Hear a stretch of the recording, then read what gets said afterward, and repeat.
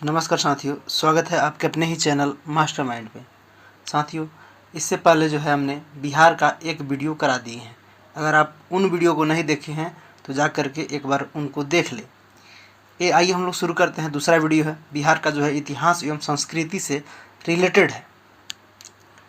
बिहार का प्राचीन इतिहास कैसा है, इसको हम लोग जानेंगे इस वीडियो में। आइए शुरू करते हैं प्रागैतिहासिक कालीन बिहार से। देखेंगे पूर्व जो है पाषाण काल आता है। इसमें कौन कौन, मुंगेर और नालंदा। पूर्व पाषाण काल में कौन कौन था उस वक्त? मुंगेर और नालंदा। वाल्मीकि नगर यानी कि पश्चिमी चंपारण, ये भी था, इसको ध्यान रखिएगा। किसमें? तो पूर्व पाषाण काल में। पूर्व पाषाण काल में कौन कौन था? तो मुंगेर, नालंदा और वाल्मीकि नगर। मुंगेर, नालंदा और वाल्मीकि नगर। अगर हम नवपाषाण युग की बात करें उस वक्त, तो नवपाषाण युग में देखते हैं कौन कौन था। नवपाषाण युग में जो है सारण था, जिसको हम लोग उस वक्त चिरांद कहते थे। वैशाली था, जिसको चेचर कहा जाता था। और रोहतास था, जिसे सेनुआर कहा जाता था। और गया था, जिसे ताराडीह कहा जाता था। और पटना था, जिसे मनेर कहा जाता था। कब? तो नवपाषाण युग में। ध्यान रखिएगा, कब? तो नवपाषाण युग में। आगे देखेंगे ताम्रपाषाण युग। ताम्रपाषाण युग में क्या कहा जाता था?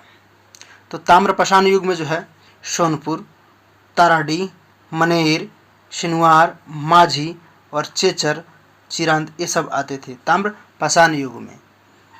और परीक्षा की दृष्टि से अगर देखा जाए, देख लिया जाए, पुरापाषाण कालीन SU लूरी संस्कृत से संबंधित उपकरण एवं फूस की झोपड़ियाँ प्राप्त होती है। कहाँ से? तो पैसरा मुंगेर से। पुरापाषाण कालीन जो है SU लरी जो है संस्कृति से संबंधित उपकरण एवं फूस की झोपड़ी कहाँ से प्राप्त होती है? मुंगेर के पैसरा से। कहाँ? मुंगेर के पैसरा से, इसको ध्यान रखिएगा। प्रारंभिक पाषाण काल की कुल्हाड़ी प्राप्त हुई है। प्रारंभिक पाषाण काल की जो कुल्हाड़ी कहाँ से प्राप्त हुई है? तो नालंदा के जेठियन से। नालंदा के जेठियन से जो है प्रारंभिक पाषाण काल की कुल्हाड़ी प्राप्त हुई है, इसको ध्यान रखिएगा। और जो है गिद्धेश्वर पर्वत शैलचित्र कहाँ से प्राप्त हुआ है? तो जमुई से। गिद्धेश्वर पर्वत शैलचित्र कहाँ से प्राप्त हुआ है? तो जमुई से। आगे देखते हैं, आगे है उत्तर वैदिक कालीन बिहार। उत्तर वैदिक कालीन बिहार, इस टॉपिक को हम लोग देखेंगे। इसमें जो है विदेह था, विदेह था। और जो है इसका राजधानी कहाँ था? मिथिला था विदेह का राजधानी, इसको ध्यान रखिएगा। और राजवंश उस वक्त कौन थे विदेह के? तो जनक वंश थे। संस्थापक कौन था उसका? तो राजा निमि था। देवी सीता की जन्मस्थली है और पिता राजा सिरध्वज जनक है। ध्यान रखिएगा, देवी सीता के पिता का नाम राजा सिरध्वज जनक है। और सर्वप्रथम उल्लेख किस वेद में है? तो यजुर्वेद में है। साहित्य का स्रोत जो है शतपथ ब्राह्मण, छांदोग्य उपनिषद, बृहद, आरण्यक और महाभारत, रामायण, वायु पुराण, बौद्ध जातक आदि में है। इसकी वर्तमान स्थिति अगर बात किया जाए तो मुजफ्फरपुर की वर्तमान स्थिति अभी जो है किसकी? विदेह की। इसमें कौन कौन आता है? अभी मुजफ्फरपुर आता है, सीतामढ़ी और समस्तीपुर, मधुबनी, दरभंगा आदि के भाग किसके हैं? तो विदेह के ही भाग है। विदेह एवं कौशल की सीमा रेखा कौन नदी है? ध्यान रखिएगा, इंपॉर्टेंट क्वेश्चन है। विदेह एवं कौशल की सीमा रेखा कौन थी? तो सदा नीरा नदी, सदा नीरा नदी। आगे है राजधानी की बात करते हैं हम लोग। इसकी राजधानी कहाँ थी? गिरिब्रज थी। गिरिब्रज थी। किसकी? तो मगध की। ये तो हमने विदेह का पढ़ा दिया, अब है मगध की बात करते हैं हम लोग। तो मगध में जो है इसकी राजधानी कहाँ था? गिरिब्रज था। अर्थवेद एवं पश्चिम ब्राह्मण में जो है अर्थवेद एवं पंचविश ब्राह्मण में मगध वासियों की वार्ता कहकर निंदा किया गया। वार्ता कहकर मगध को निंदा किया गया। और ऋग्वेद के कीकट भूभाग से क्षमता प्राप्त होता है। और उत्तर वैदिक काल में गौण राज संभवतः अंग का हिस्सा था। और मगध का सर्वप्रथम उल्लेख किसमें है? तो अथर्ववेद में है, इसको ध्यान रखिएगा। अब है उत्तर वैदिक जो है काल का प्रमुख राज कौन कौन था? तो अंग था।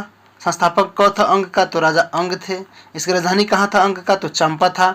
और जो है प्रथम उल्लेख कहाँ मिलता है? तो अथर्ववेद में मिलता है, ध्यान रखिएगा। और इसके जो है राजधानी पूछेगा तो चंपा। और वास्तुकार कौन था अंग का? तो महागोविंद, जो कि निवासी कहाँ था? राजगृह का रहने वाला था। कौन? महागोविंद।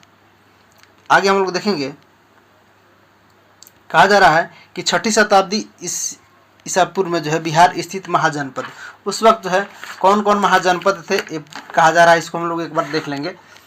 तो अंग महाजनपद था, तो इसकी वर्तमान स्थिति जो है अभी आधुनिक भागलपुर एवं मुंगेर है, और प्रमुख नगर इसमें अशोकपुर और भद्रिका था। इसकी राजधानी कहाँ थी, तो चंपा थी। अन्य नाम इसका क्या था, मालिनी, जो कि महाभारत, हरिवंश एवं अन्य पुराण आदि में है। और काल चंपा जातक कथा वाणिज्यम जैन धर्म में है, और चंपा एवं गंगा नदी का संगम पर जो है स्थित है। प्रथम जो है शासक कौन था, तो राजा अंग थे, ध्यान रखिएगा। और अंतिम शासक ब्रह्मदत्त जो है बिंबिसार द्वारा पराजित हुआ था। अंतिम शासक कौन था, ब्रह्मदत्त, कहाँ का, तो महाजनपद अंग का, इसको ध्यान रखिएगा। इसकी राजधानी कहाँ थी, तो चंपा। आगे हम लोग देखते हैं वजी संघ।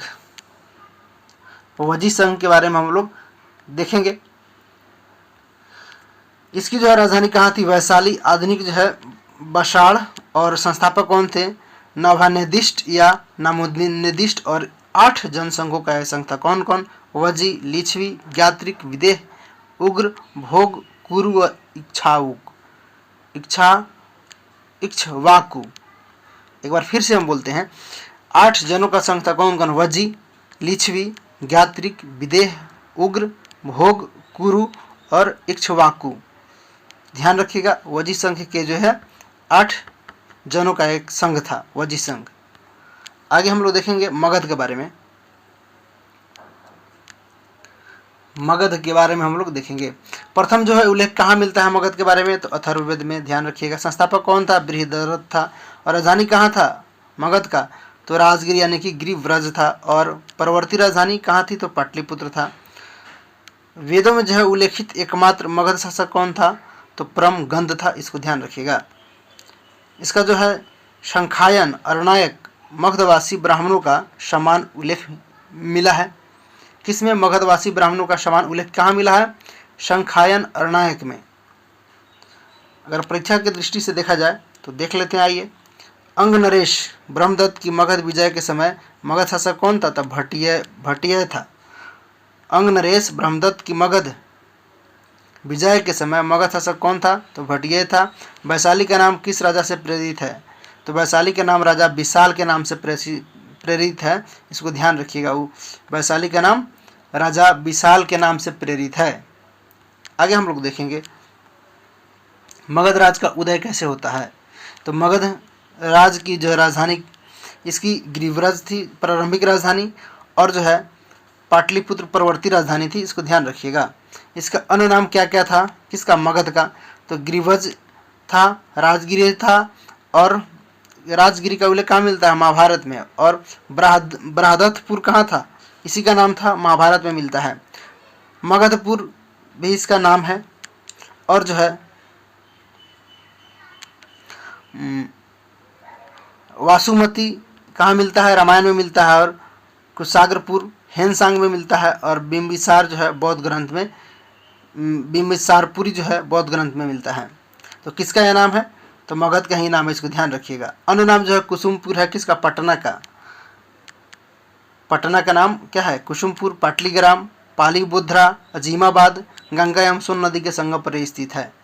तो इसकी पूर्ववर्ती राजधानी कहाँ थी, तो पाटलिपुत्र, और प्रारंभिक गिरिव्रज। तो गिरिव्रज के जो जितने नाम थे ये दे रखा है, और पाटलिपुत्र के जितने नाम थे ये दे रखा है, तो इसको ध्यान रखिएगा। आगे हम लोग देखेंगे हर्यक वंश के बारे में। बिंबिसार आता है हर्यक वंश में 544 से लेकर के 492 ईसा पूर्व तक। वैवाहिक संबंध जो है इसकी कोसल की राजकुमारी महाकोसला प्रसेनजित की बहन से होती है, और वैशाली की राजकुमारी चिलना वैदेही चट्टक की पुत्री थी। और मद्रकुल की राजकुमारी क्षेमा, और पुत्र इसके कौन कौन थे, तो पुत्र इसके अजातशत्रु, हल, बेहल, नंदीसेन और मेघकुल थे। अभय अम्रपाली से उत्पन्न है। और राजवैद्य कौन था उस वक्त, तो राजवैद्य जो है जीवक था, और काश्यप संहिता की रचना किया है इसने। काश्यप संहिता की रचना कौन किया है, जीवक। और आयुर्वेद की कौमारभृत शाखा का विशेषज्ञ थे और उपाधि इनको श्रेणिक सेनीय राजगिरी को जो है राजधानी बनाया। कौन? बिंबिसार। आगे देखेंगे, अंग नरेश ब्रह्मदत्त पर विजय सेना में पहली बार हाथियों का प्रयोग करके हुआ। बुध को जो है वेलुवन उद्यान दान दिया। बुध को जो है वेलुवन जो है उद्यान दान में दे दिया। और महावीर स्वामी के समकालीन चंपा नरेश कौन था? तो दत्ती वाहन था। इसको ध्यान रखिएगा, कौन था? दत्ती वाहन था। मगध एवं वजी संघ की सीमा कहाँ है? तो गंगा नदी में है। इसको ध्यान रखिएगा। आगे हम लोग देखते हैं अब अजातशत्रु के बारे में। अजातशत्रु कब आता है? 492 ईसा पूर्व के बाद और 460 ईसा पूर्व तक रहता है। अजातशत्रु का अन्य नाम क्या था? तो कुनिक और वैदेही पुत्र इसका नाम था। किसका? तो अजातशत्रु का। राजाभिषेक से पहले चंपा का उपराजा था। कौन? ए अजातशत्रु।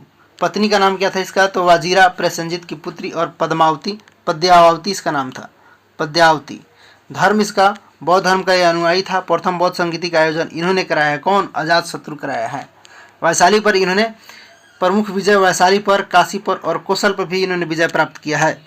वैशाली पर विजय जो है कब किया इसको देखते हैं हम लोग। 16 वर्षीय युद्ध जो है, 16 वर्षीय युद्ध इन्होंने किया है और महाशिला कंटक एवं रथमुशल अस्त्र का प्रयोग इन्होंने किया है। और अजातशत्रु के कूटनीतिज्ञ वस्कार एवं सुनीत थे, कूटनीतिज्ञ इनके। और मखलीपुत्र गोसाल की मृत्यु भी हो जाती है इन्हीं के काल में। अब हम लोग बात करेंगे आगे उदाइन के बारे में। देखेंगे उदाइन के बारे में। उदाइन जो है 460 के बाद ही आता है और 444 ईसा पूर्व तक रहता है। अब जो है राजाभिषेक से पूर्व चंपा का ये भी उपराजा था और जैन धर्म का ये अनुयायी था। कौन? उदाइन। और माता पिता पद्मावती एवं अजातशत्रु था। तो उदाइन जो है कौन था? तो अजातशत्रु का बेटा था उदाइन। राजधानी राजगिरी से पाटलिपुत्र स्थानांतरण शासन के चौथे वर्ष में इन्होंने कर दिया। राजगिरी पहले राजधानी थी पटना की और इन्होंने राजगिरी से जो है कहाँ कर दिया? पाटलिपुत्र कर दिया। ध्यान रखिएगा, पहले कहाँ राजधानी थी?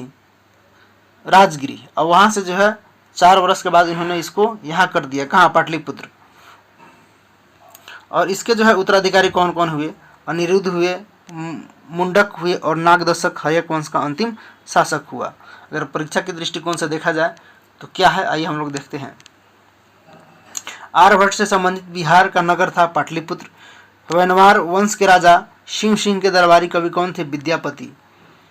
शिव सिंह के दरबारी कवि कौन थे? तो विद्यापति। बिहार में पाए गए अशोक के अभिलेखों की लिपि कैसी है? तो ब्राह्मी लिपि है। इसको ध्यान रखिएगा। आगे हम लोग देखेंगे शिशुनाग वंश के बारे में। शिशुनाग वंश क्या है इसको देखते हैं। राजधानी पाटलिपुत्र से वैशाली लाता है। कौन? शिशुनाग। अजातशत्रु जो गृहव्रत से कहाँ लाता है? पाटलिपुत्र लाता है। और जो है उदाइन लाता है। उदाइन लाता है कहाँ से? राजगिरी से पाटलिपुत्र लाने का काम करता है। और जो है अब शिशुनाग वंश क्या करता है? पाटलिपुत्र से फिर वैशाली ले जाता है। और राज अभिषेक से पूर्व जो है नागदशक का आमत एवं काशी का उपराजा था। जनता द्वारा निर्वाचित था। कौन? शिशुनाग। और जो है अवंती विजय के समय अवंती शासक अवंती वर्धन था। अवंती वत्स एवं कुशल का मगध में विलय हो गया। और कलाशोक के बारे में हम लोग आगे देखते हैं। कलाशोक के बारे में क्या कहा जा रहा है कि अन्य नाम इसका काकवर्ण था और वैशाली में द्वितीय बौद्ध संगीति का आयोजन किया था। तो ध्यान रखिएगा, पहला बौद्ध संगीति का आयोजन कौन करता है? तो अजातशत्रु। ध्यान रखिएगा। और दूसरा कौन करता है? वैशाली में कालाशोक। आगे है शिशुनाग वंश का अंतिम शासक कौन था? तो नंदी वर्धन था। इसको ध्यान रखिएगा, कौन था? नंदी वर्धन था। राजधानी का वैशाली से पाटलिपुत्र स्थानांतरण करने का काम कौन करता है? पाटलिपुत्र से वैशाली से पाटलिपुत्र स्थानांतरण करने का काम करता है वैशाली से पाटलिपुत्र ये फिर लाता है, इसको ध्यान रखिएगा। काल अशोक। तो आगे हम लोग बढ़ते हैं, नंद वंश के बारे में देखते हैं। क्या कहा जा रहा है कि संस्थापक जो है महापद्मम नंद था और उपाधि इसको महापद्म से और महापद्मपति से और उग्रसेन से, एकराट से, भार्गव से और सर्वक्ष ज्ञानात्रक से और अपरो परशुराम से और द्वितीय परशुराम एवं काली का अंश से इसको जो है उपाधि दिया गया था। मंत्री इसका कलप था और विजय जो है इक्ष्वाकु, पंचाल, कासे, कुरी, सूरसेन, वितिहोत्र, कलिंग, है अस्मक आदि था। कलिंग से जिन की मूर्ति उठा लाया कौन? हाथी गुम्फा अभिलेख। किसके काल में घटना घटता है? तो नंदवंश के काल में घटता है सब। और आगे जो है अष्टाध्यायी से के रचयिता पाणिनि का मित्र था कौन? अष्टाध्यायी के रचयिता पाणिनि का मित्र कौन था? तो महापद्मम नंद था, ध्यान रखिएगा। और इन्होंने हाथी गुम्बा अभिलेख का जो है जिनकी मूर्ति उठा लाया था कलिंग से। आगे हम लोग देखेंगे नंदवंश के कुल शासक कौन कौन है, इसके बारे में हम लोग चर्चा करेंगे। नंदवंश के जो कुल शासक 9 थे, ध्यान रखिएगा।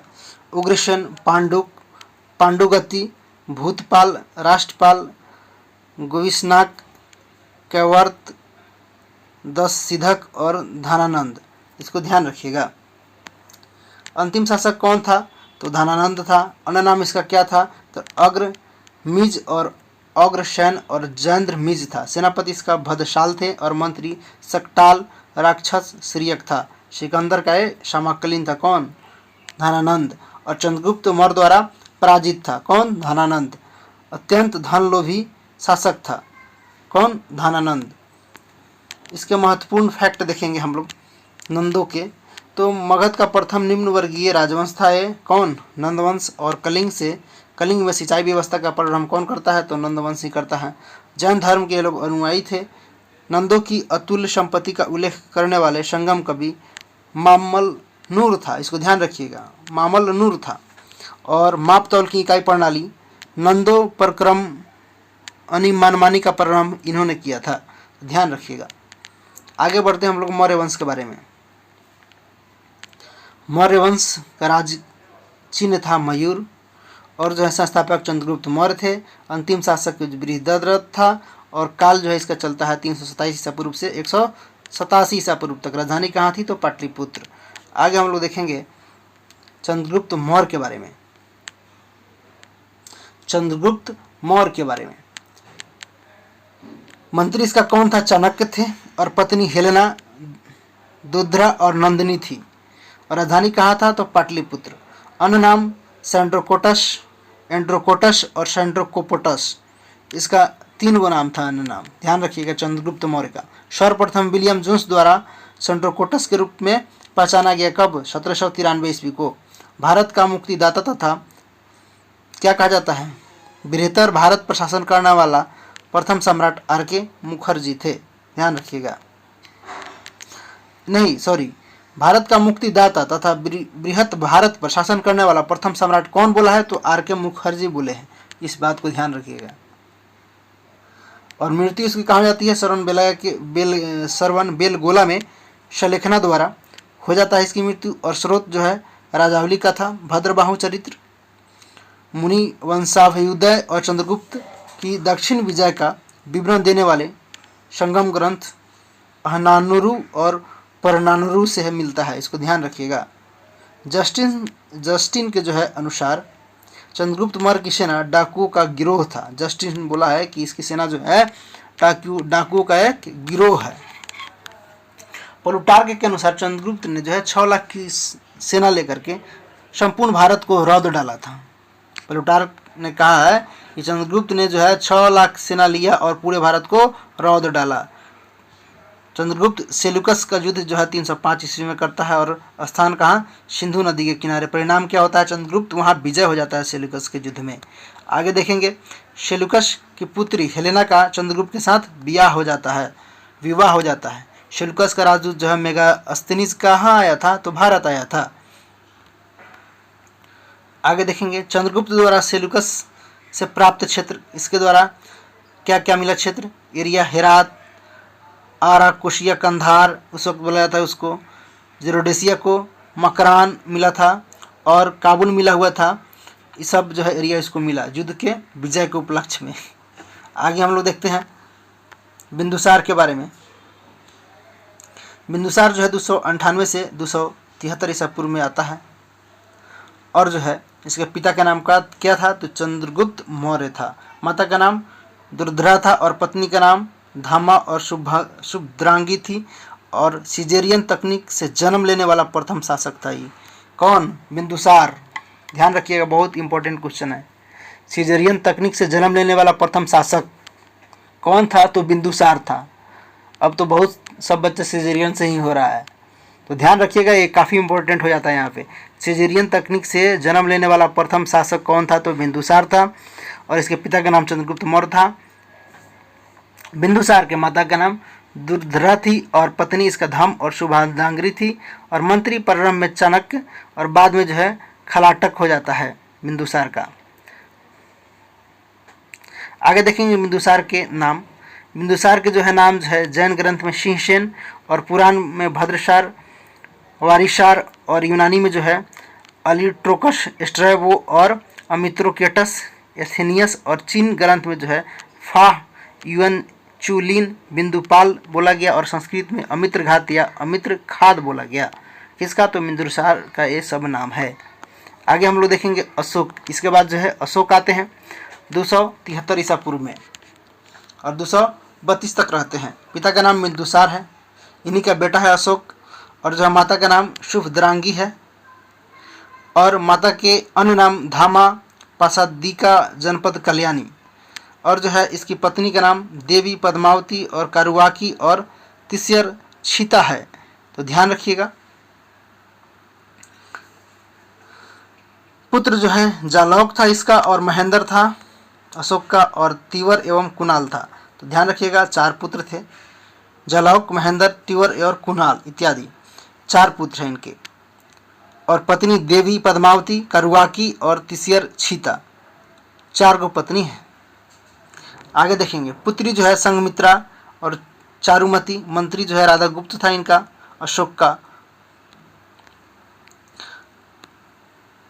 अशोक का अगर बात किया जाए तो अभिलेख के बारे में, तो इसके खोजकर्ता टी पैंथलर 1750 ईस्वी में खोजे हैं इसके अभिलेख को। सबसे पहले पढ़ा कौन? जेम्स प्रिंसेप ने दिल्ली टोपड़ा अभिलेख को पढ़ा। कब? 1837 में पढ़ा था। दिल्ली टोपड़ा अभिलेख को सबसे पहले पढ़ा कौन? जेम्स प्रिंसेप ने पढ़ा था। अभिलेखों का लेखक जो है चापड़ बोला जाता है, चापड़ बोला जाता है। अशोक के बारे में और हम लोग देखते हैं। अशोक का नाम जो है अशोकवर्धन विष्णु पुराण में बोला जाता है। बुद्ध शाक्त जो है मास्की अभिलेख में बोला गया। मगधीराज जो है भाद्रू लेख में बोला गया। पियदसी राजा बराबर गुहा लेख में बोला गया। रानियो अशोक जो है कंगन हली में बोला गया और जो है देवनाम प्रियदर्शी ये भी नाम है अशोक का और रुमीन दे में बोला गया और निगलीवा में और रूपनाथ एवं गिनार में भी बोला गया। महाराज कुमार जो है पनगोरिया अभिलेख में इनका नाम बोला गया महाराज कुमार। अशोक का जो है मास की गुर्जरा, नेतुर एवं उड्डगोलन लेख में जो है अशोक का नाम अशोक बोला गया। रासिलेडस यूनानी लेखक ने बोला और मल का अरमाइक लेख में इनका नाम क्या था? तो मल का। आगे है महाशूर एवं अपराजित, महाभारत में बोला गया। धर्माशोक कुमार देवी एवं सारनाथ अभिलेख, कुमार देवी का सारनाथ अभिलेख में जो है धर्मा अशोक बोला गया, धर्मा अशोक बोला गया। ये सब अशोक के नाम थे। धर्माशोक जो है कुमार देवी का सारनाथ अभिलेख में इसका नाम बोला गया धर्माशोक। आगे हम लोग देखेंगे अरमाइक, लधमान एवं तक्षशिला अशोक के अभिलेखों की लिपि ये सब है। खरोष्टी, शहबाजगढ़ी, मानहेरा, द्विभाषिक, सरकेनुआ अभिलेख और अरमाइक प्लस ग्रीक इसमें है सरेकुना अभिलेख में। ब्राह्मी में जो है समस्त स्तंभ गुहालेख है, स्तंभ एवं गुहालेख ब्राह्मी में मिलता है, तो ध्यान रखिएगा। भाषा क्या था, उसका प्राकृत था, और गुहालेख जो है कहाँ था, बराबर पहाड़ी गया में। और खोजकर्ता कौन थे इसके, J.H. हैरिंगटन 1785 में खोज किए थे। बिहार के जो है से प्राप्त अशोक के जो है प्रमुख अशोक स्तंभ के बारे में हम लोग देखते हैं। कोल्हुआ जो है कहाँ है, तो वैशाली में स्थित है। ये अभिलेख रहित है और सिंह शीर्ष है, इस पे ध्यान रखिएगा। कोल्हुआ वैशाली में पड़ता है। रामपुरवा पश्चिमी चंपारण में वृषभ शीर्ष है, यहाँ पे वृषभ है, ध्यान रखिएगा। वर्तमान अवस्थिति राष्ट्रपति भवन के समक्ष। और जो है रामपुरवा पश्चिमी चंपारण भी है, सिंह शीर्ष है। वर्तमान अवस्थिति जो भारतीय संग्रहालय कोलकाता में है अभी। और जो है लोहरिया नंदगढ़ पश्चिमी चंपारण सिंह शीर्ष है, और लोहरिया राज पूर्वी चंपारण यहाँ पे भी सिंह शीर्ष है। तो ध्यान रखिएगा, बिहार से प्राप्त प्रमुख अशोक के स्तंभ है।